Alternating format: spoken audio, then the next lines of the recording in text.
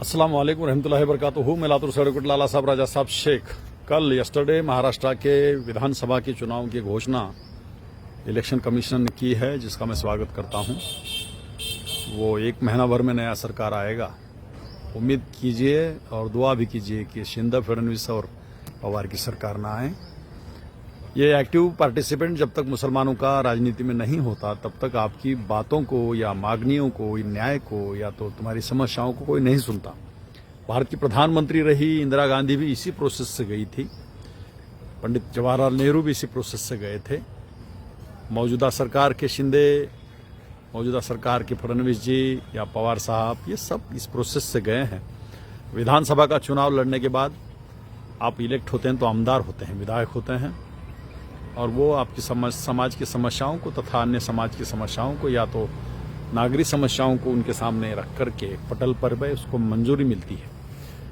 रास्ते की राजनीति नहीं होती है, रास्ते में सामाजिक काम होता है। 32 सालों से मैं जो कर रहा हूँ, या मागण्या त्या मागण्या, ये निवेदन ते निवेदन, हे भाषण ते भाषण, इससे कुछ होता नहीं। खास करके खुद अधीरी सुकून होता है कि निवेदन दिया।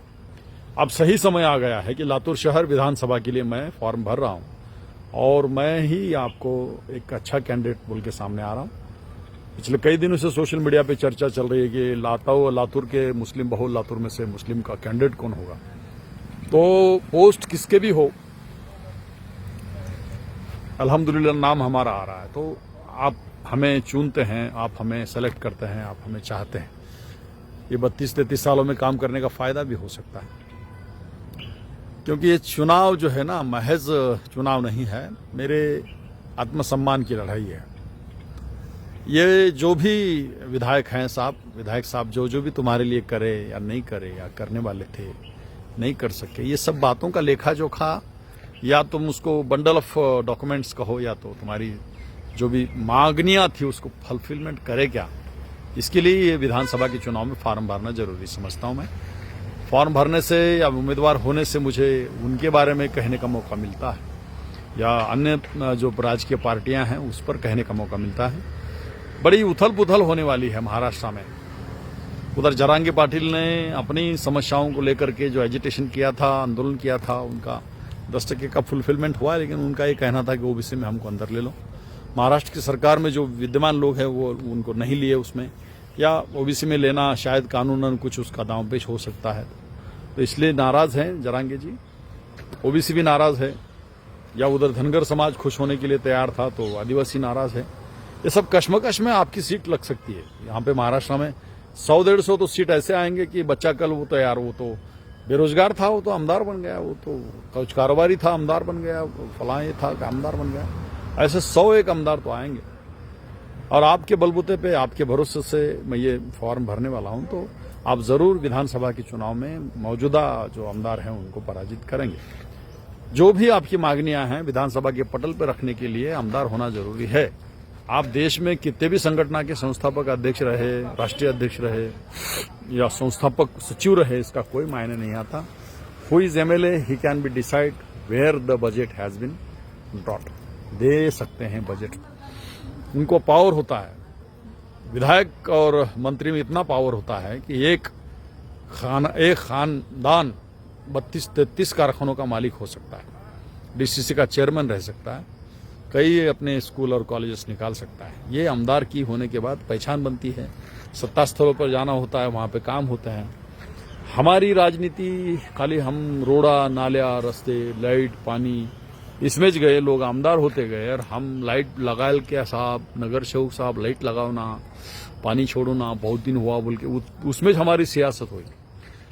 तो जहां पे आप पीटे जा रहे हैं, जहां मॉब लिंचिंग हो रही है, नित्या राणे जो बोल रहा है रामगिरी ने माफी नहीं मांगी है, या अन्य जो बातें हैं, यति नरसिंहानंद ने जो किया है, इसका विधानसभा के पटल पर आप निषेध कर सकते हैं। एक्टिव पार्टिसिपेंट आपका हो। जो आमदार होता है वो सिर्फ उसके विधानसभा के परिक्षेत्र का ही बात रखता है, ऐसा नहीं। वो बात रख सकता है, देश भर की बात रख सकता है। सदन में पटल पर वो बात ला करके विधानसभा का जो ठहराव होता है उसको मंजूर करने को लगाता है। हम अगर विधानसभा में रहेंगे तो ये सब कुछ करने मिलेगा, किसी के हाथ पांव पड़ने की जरूरत नहीं पड़ेगी। एक वजन तैयार होता है, एक मर्तबा तैयार होता है, एक रुतबा तैयार होता है।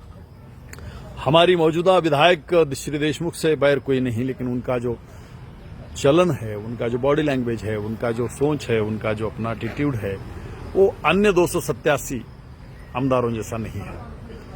287 आमदार जो हैं लोगों में जाते हैं, रास्ते पर मिलते हैं, होटलों में बैठते हैं, बात रखते हैं, पत्र देते हैं। ये मैं विधानसभा के इस सदस्य के पास 3 बार अपने काम को लेकर गया। अमन मित्तल नाम के संगठन ने मेरे साथ जो किया उसको उनको बताया तो वो हंस रहे थे और वो जैकेट के बारे में चर्चा कर रहे थे। ये जैकेट कहाँ से लाते हैं, इससे लाते हैं, मतलब हमारी तौहीन करते थे वो। कोई विधानसभा का सदस्य अपने मुस्लिम समुदाय से आए एक नेता कार्यकर्ता का ये बेइज्जती करता है, वहीं पे हमने फॉर्म भरने का तय किया और हम इंशाअल्लाह आपके भरोसे जीतेंगे भी। हम ये लड़ाई लड़ेंगे। लड़ाई बड़ी है, मजबूत है, मजाक में मत लीजिए, किसी को भी मजाक करने की जरूरत नहीं है। अब फाइनल है, कोई उम्मीदवार मुस्लिम का नहीं मिलता, अगर कोई है तो मेरे सामने चर्चे को लाओ, आधा घंटा बिठाओ। हम LLM हैं, हम फाउंडिंग काम करते हैं, हम पहले से ही 32-33 सालों से समाज में हैं। कोई एक चुनाव है बोल के हल्लुच कोई भी आके अपना जुब्बा लहराएगा तो हम उसको मान्यता नहीं देंगे। ये तुम्हारी बैठकें, तुम्हारी जगह अपने हैं, तुम्हारी सबकी दुआएं मेरे साथ हैं। आप मेरे लिए दुआएं ही करते होंगे क्योंकि मुझे नहीं बुलाते आप बैठकों में, इसलिए मैं इस लड़ाई को लड़ रहा हूं। आप सभी का समर्थन चाहिए। जो छुपा रख सकता है छुपा रखिए, खुला आना चाहता है खुला आइए। इज्जती जो लोग होते हैं या शहरी इज्जतदार जो लोग होते हैं वो मियार आपको फिर से पाना है। लातूर में कई घटनाएं ऐसी हो गई हैं, मर्डर की घटनाएं हो गई हैं, मुसलमानों को बदनाम और बर्बाद किया जाने का साजिश चल रहा है। विधानसभा के इस सदस्य ने कोई बात नहीं रखी, मैं बात रखूंगा। आप मुझे विधानसभा में जिताने की कोशिश कीजिए। Good bye.